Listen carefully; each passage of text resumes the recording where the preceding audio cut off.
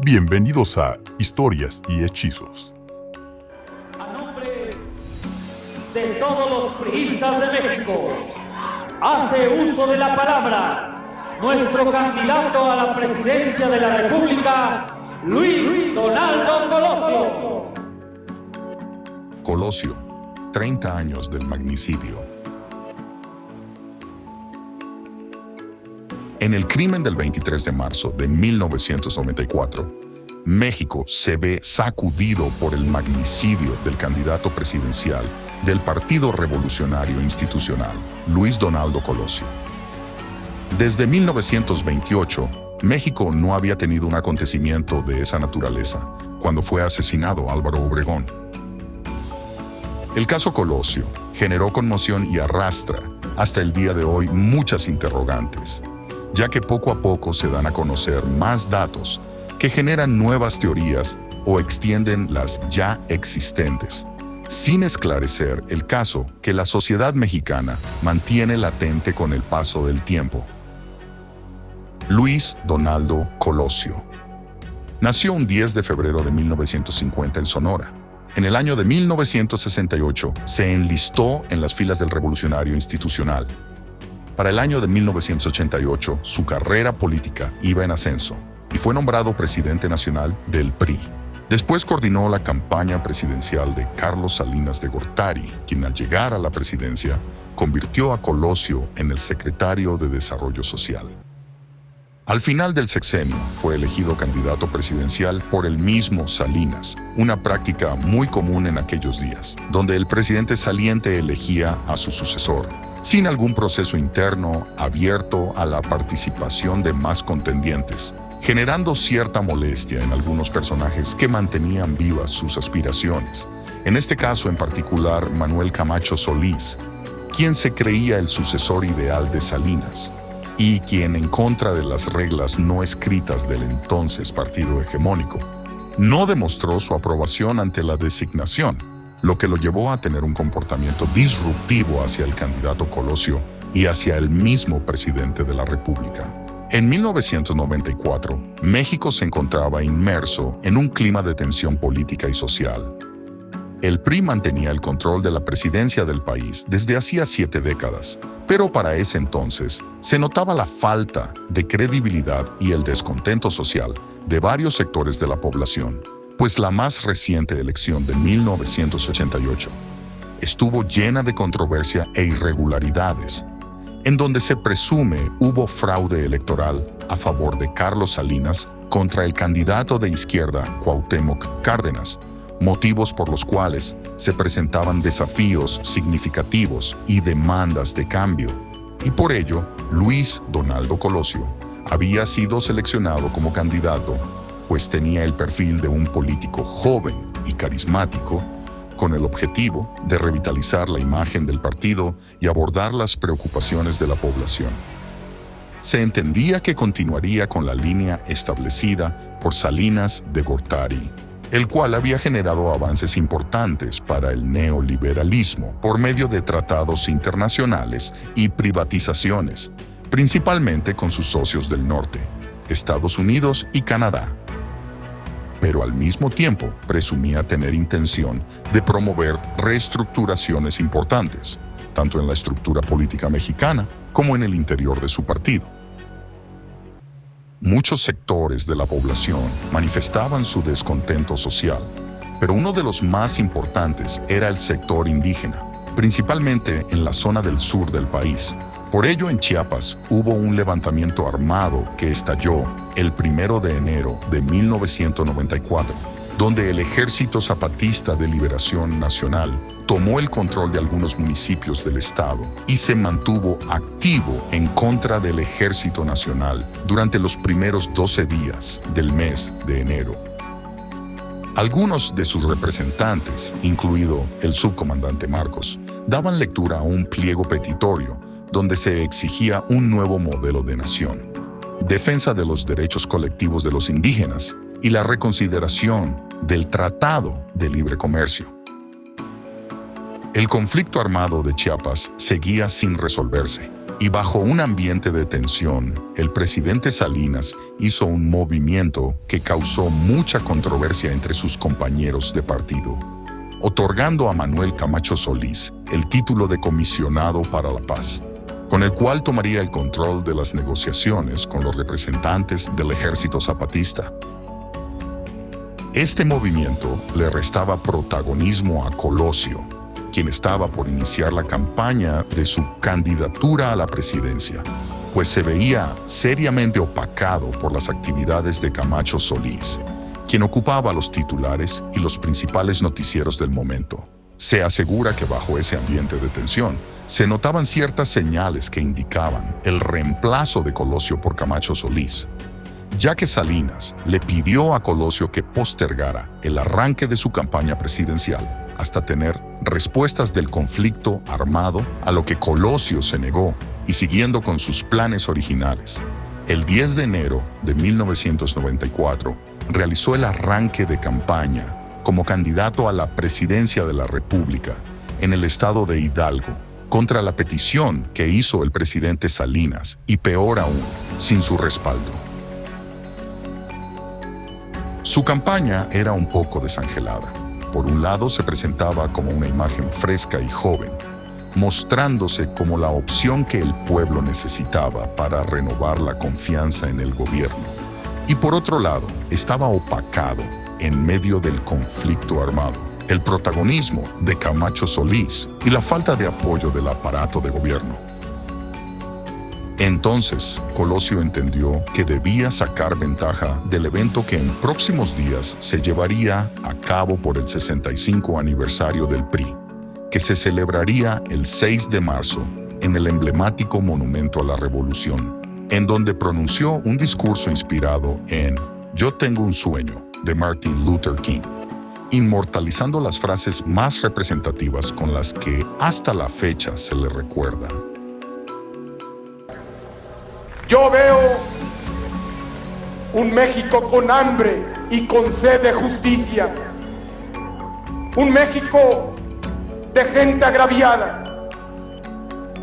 agraviada por las distorsiones que imponen a la ley quienes deberían de servirla, de mujeres y hombres afligidos por abuso de las autoridades o por la arrogancia de las oficinas gubernamentales. Hay sitio para todos en el México por el que luchamos afanosamente.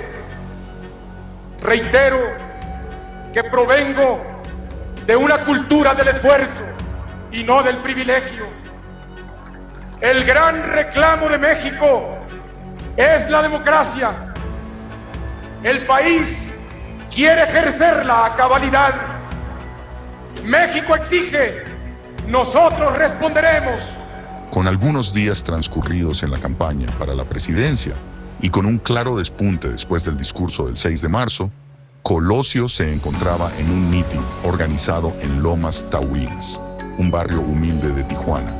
El evento se había llevado a cabo en medio del desorden, con un templete improvisado arriba de una camioneta y sin la participación de seguridad pública del Estado o de la Policía Municipal, pues el equipo de campaña había determinado que integrantes del Estado Mayor Presidencial serían los encargados de su resguardo. Cuando terminó el discurso, se dirigía a su camioneta en medio de la multitud, apenas protegido por su cuerpo de seguridad, cuando un hombre se abrió paso hasta él y con un revólver Taurus calibre 38 disparó a quemarropa.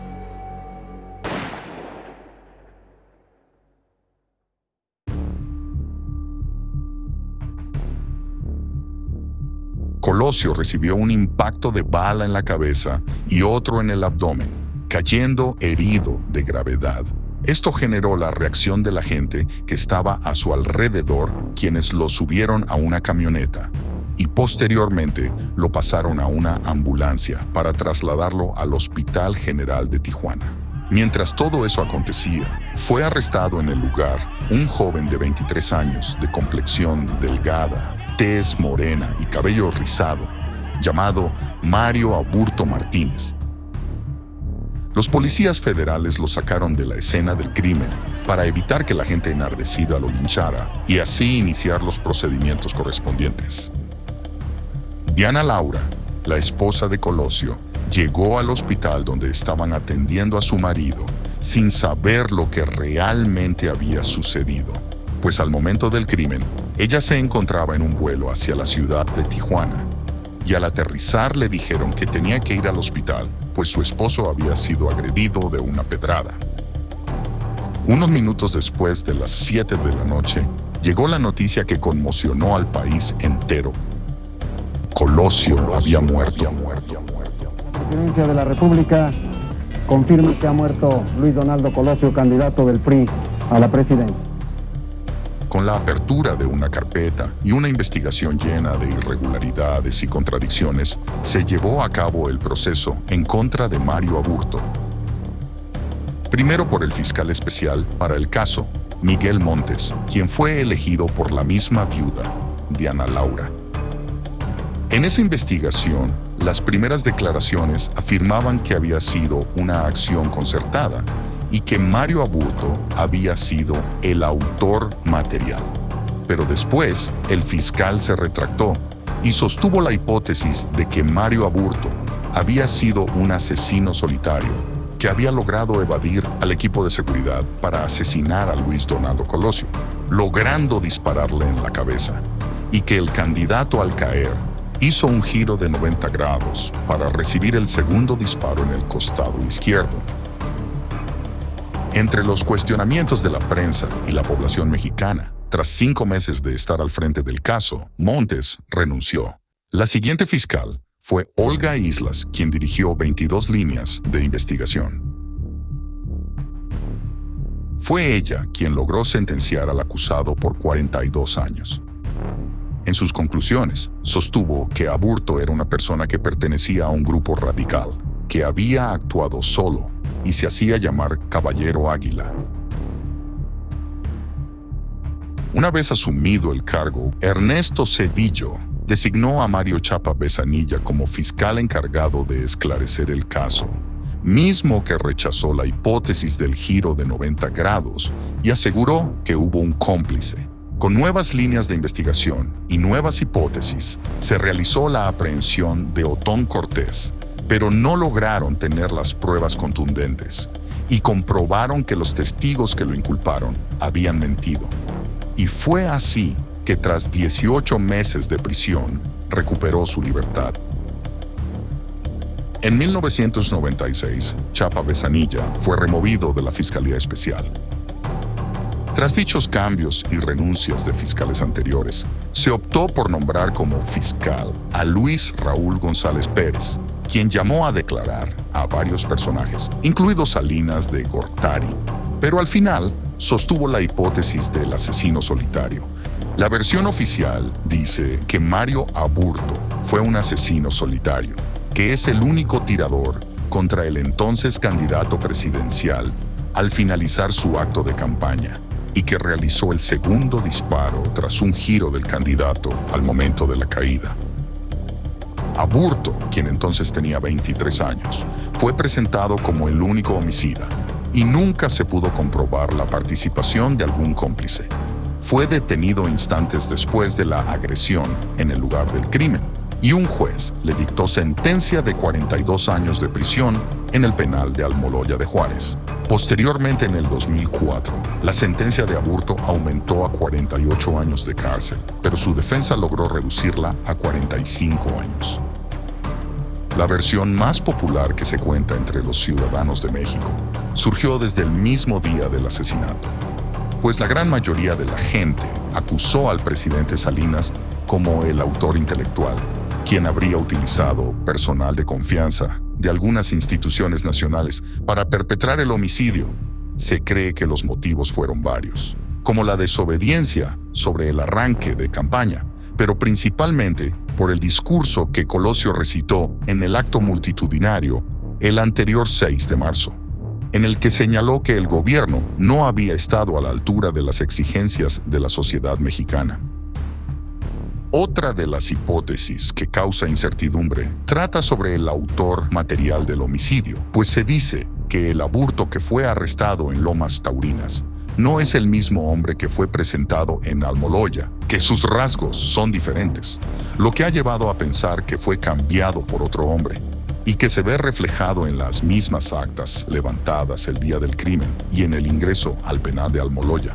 Primero se registró la estatura de 1,64, mientras que el perfil de la PGR dice que mide 1,70.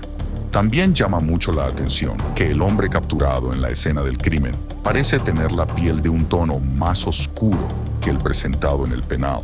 Es más delgado y fue registrado con una edad aproximada de 28 a 32 años, mientras que Mario Aburto ingresó al penal con tan solo 23 años de edad. El intercambio parece ser disimulado con el corte de cabello y el rostro afeitado con el que fue presentado, que justificaría la diferencia de su apariencia. Pero de ser cierto, entonces, ¿quién es el hombre que fue arrestado en Lomas Taurinas? Se cree que su nombre era Ernesto Rubio Mendoza, quien misteriosamente apareció muerto en un taller mecánico cerca de la medianoche del mismo 23 de marzo, el día del atentado. Se presume que él fue el verdadero hombre detenido en Lomas Taurinas, quien era persona de confianza del agente del Ministerio Público, encargado de realizar las primeras investigaciones del caso, y que lo hicieron pasar por Mario Aburto para declararse culpable del asesinato. La misma madre de Aburto declaró que ese no era su hijo, y que la ropa que traía puesta no era igual a la que portaba. Otro personaje con demasiado parecido físico a Aburto ha sido mencionado en varias ocasiones en los expedientes de la investigación. Sin embargo, ha tomado protagonismo recientemente, ya que la Fiscalía General de la República lo acusó formalmente a inicios del 2024 de ser el segundo tirador en el atentado. Su nombre, Jorge Antonio Sánchez Ortega, quien es un agente del CISEN que estuvo en el mitin y fue detenido por el jefe de la policía de Tijuana, Federico Benítez. Llamó la atención de Benítez porque parecía que se alejaba de la escena del crimen con prisa y traía la chamarra manchada de sangre, que resultó ser del mismo tipo que la de Colosio. También dio positiva la prueba de disparo de arma de fuego, la que adjudicó a su labor como agente del CISEN. Su complexión y rasgos físicos son muy parecidos a Aburto. Quedó libre en la madrugada del 24 de marzo, solo unas horas después del arresto, y según la Fiscalía de la República, fue el mismo Genaro García Luna quien lo ayudó a salir de Baja California para alejarlo de la investigación.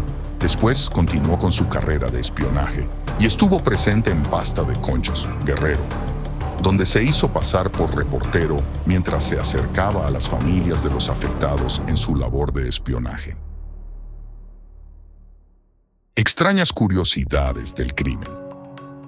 Aburto ha denunciado en varias ocasiones haber sido drogado y torturado para inculparse por el magnicidio de Colosio. Cedillo, que era el coordinador de campaña de Colosio y lo acompañaba a todas partes, no asistió al evento de Lomas Taurinas. Al final, fue el personaje que obtuvo mayores beneficios con la muerte de Colosio. El PRI, al momento del asesinato, estaba dividido en dos grupos, uno que quería conservar las costumbres del partido y otro que encabezaba Colosio, que supuestamente buscaba una reestructuración profunda. A pesar de que había numerosos medios de comunicación locales y nacionales, solo se cuenta con un video registrado al momento del asesinato que no obtiene registro nítido del autor material. Diana Laura murió de cáncer 8 meses después del asesinato de Colosio y se negó a ver a Salinas de Gortari, quien pretendió visitarla en su lecho de muerte. García Luna, quien según la Fiscalía de la República ayudó a rescatar a Sánchez Ortega de prisión por sospecha de su participación el día del asesinato, se convirtió años después en el titular de la Secretaría de Seguridad Pública. Y en el 2023 fue declarado culpable de narcotráfico en un juicio en Estados Unidos.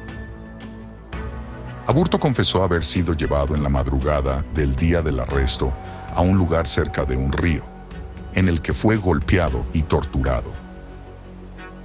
Nunca se explicó por qué el Estado Mayor Presidencial y el PRI aceptaron llevar al Grupo Tucán, cuyo significado de sus siglas era Todos Unidos contra Acción Nacional, como parte del sistema de seguridad del candidato, al que pertenecían personajes que posteriormente fueron investigados y señalados sospechosos, como el caso de Otón Cortés.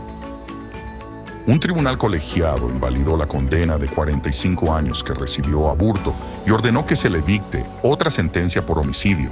Esta tiene que estar sujeta al Código Penal de Baja California, que estaba vigente el día del crimen, la cual iba de los 16 a los 30 años de cárcel. Es decir, si Aburto recibiera la sentencia máxima, quedaría en libertad en marzo de 2024. 6 de los 9 agentes de la Policía Federal que firmaron como testigos en realidad no participaron en la detención o estuvieron cerca del área del atentado en Lomas Taurinas. Otón Cortés, acusado por la Fiscalía de ser el segundo tirador y encarcelado casi 2 años injustificadamente, murió en 2020 sin que el Estado mexicano le ofreciera disculpas. Una de las cardiólogas que estuvo en el quirófano declaró inocentemente ante algunos medios que las heridas de bala eran de distinto calibre, por lo tanto, de diferentes armas. Posteriormente, se retractó de sus declaraciones, al parecer por presiones externas, y nunca volvió a hablar del tema. Federico Benítez, el jefe de la policía de Tijuana, que arrestó a Sánchez Ortega y que se presume hacía su propia investigación paralela a la oficial, fue asesinado en el aeropuerto de Tijuana un mes después del crimen de Colosio. Junto a Benítez, han sido asesinados al menos 15 testigos y protagonistas del caso. El magnicidio de Luis Donaldo Colosio ya parece muy lejano. Tras 30 años llenos de irregularidades, sigue sin tener un desenlace concreto. Las generaciones que vivieron el suceso se han avejentado y los jóvenes pierden interés en la historia. México es otro, ahora gobernado por un partido que posiblemente Colosio nunca se hubiera imaginado, mientras que el PRI, partido en el que él militaba, ya está lejos de sus épocas de gloria y tal vez nunca dimensionó que fue él quien dio la apertura a la alternancia, al ser el personaje que reconoció el primer triunfo de la oposición en México. El tiempo continúa y las evidencias y testigos se desvanecen. ¿Será que una nueva investigación al fin logre tener resultados concisos? ¿O seguirá imperando el misterio aún? Ha llegado el momento de poner fin a la angustia que a todos nos produce la falta de seguridad y la injusticia. Me comprometo a trabajar con toda mi energía para que nuestras familias cuenten con la seguridad de que la ley estará siempre de su lado. Colosio, bienestar para tu familia. Si tienes alguna historia para contar, tu participación hace que esta experiencia sea aún más especial. Suscríbete, activa las notificaciones y déjanos tus comentarios al final de cada video. Hasta la próxima historia.